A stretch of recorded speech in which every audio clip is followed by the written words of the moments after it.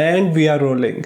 That's how easy it is to record with Hollyland LARK M2. And today we are going to review this coin-sized microphone that is perfect for content creators. In this video you will know everything you need to know about this microphone, starting with what's inside the box, setting it up for the camera and the mobile phone, sharing the unfiltered audio samples and some issues, and in the end how it compares to DJI mics. So let's begin. I bought the combo version. When you open the box, you have this folder with some really cool stickers, a manual and a warranty card. Beneath that is a charging case, pretty solid and compact. It comes with two microphones that weighs only 9 grams and are around 2 cm in the size. On the microphone you have one button which can be used to turn it on and off outside the case by pressing it for 3 seconds, and to switch between noise cancellation with a single press. And a bonus feature when connected to mobile or action camera, if you press the noise cancellation button twice on the mic, it allows you to start and stop the recording or take photos. The LED indicators tell you about the various states. When it's blinking, it's looking for the connection. It stops blinking when it's connected to the receiver, in which blue color means it's connected without the noise cancellation and green means the noise cancellation is on. On the top side you have this projection, that is the microphone mesh, and on the back you have the magnetic area where you can clip the magnetic accessories. Other than the mics, we have the receiver for the camera that can be mounted in the place of hot shoe. It also has this little rubber footing in the bottom for added grip. Then it can be connected to the camera via TRS cable to 3.5mm jack on receiver. On the other side receiver you have this USB-C port that can be used to connect to phone or PC as the other method. On the receiver there is a power button to manually turn it on and off, and a button to switch between mono and stereo, and that can also be used for pairing. On the receiver you also have the possibility to adjust the gains in high, medium and low levels. I usually keep it on the medium to get the best output. And then you have two receivers, one for the Android and the another for the Lightning version. Both of them have one button to switch on and off the noise cancellation mode, and that can also be used for manual pairing. And both of them also allows the charging of the phone while recording by charger port. The mobile app is pretty basic with only few details, including the battery level, the mic input levels, with only one bar for two microphones, which is pretty weird. The noise cancellation level that can be set to weak or strong, and the mic volume between 1 to 6. I recommend to set it on 4, the better output. And this app also allows you to upgrade the firmware version of both mic and receiver.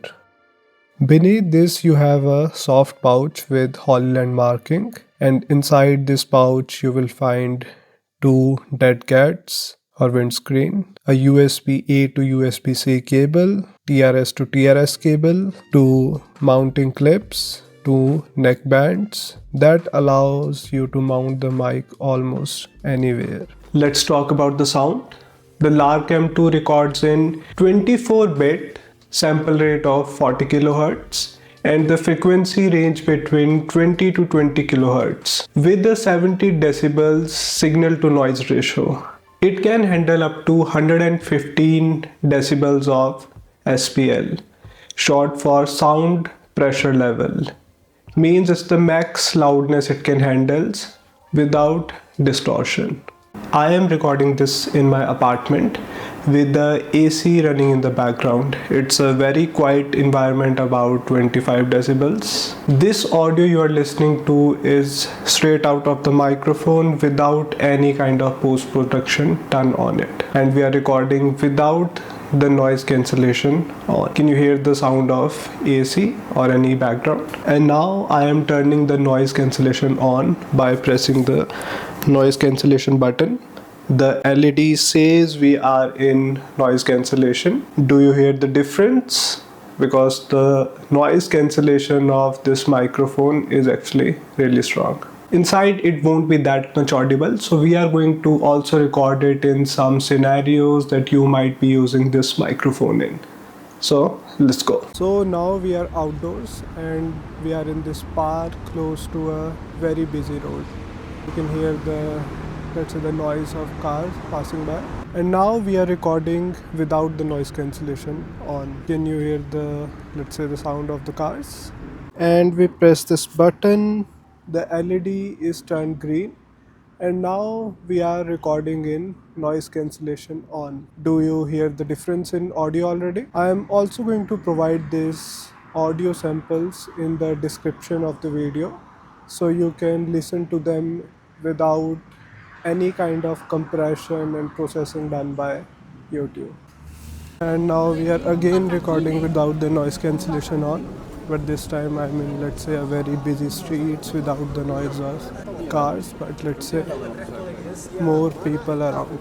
Like if you are going to do vlogs or something like that, so this could be an audio sample for you. I think the audio is actually pretty good right now. And now we are going to turn the noise cancellation on. Okay, we have turned the noise cancellation on. I think it should be a little bit better. The last cases so far I've tested the noise cancellation in, let's say, very busy environments with some music playing in the background. It was able to capture the audio really nicely. Even like any kind of post production on the audio. The things that, let's say, it was more or less like an interview, was really nicely audible. Do you think the audio became better? Let me know in the comments. Now let's talk range.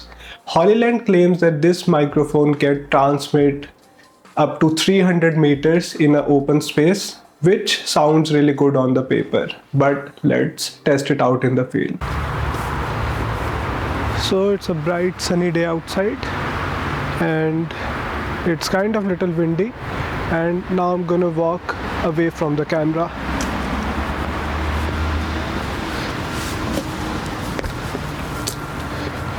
First I'll walk with the back towards the camera, so the signal has to sort of cross me, and this interference could hinder the audio a little bit.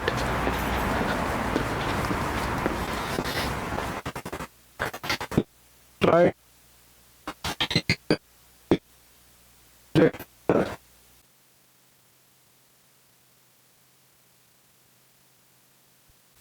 I'm facing the camera, so there is nothing in the, let's say, the line of sight. And now I hope the signal can be little better. But if I want to know if we lost the signal in between, I think that might be possible.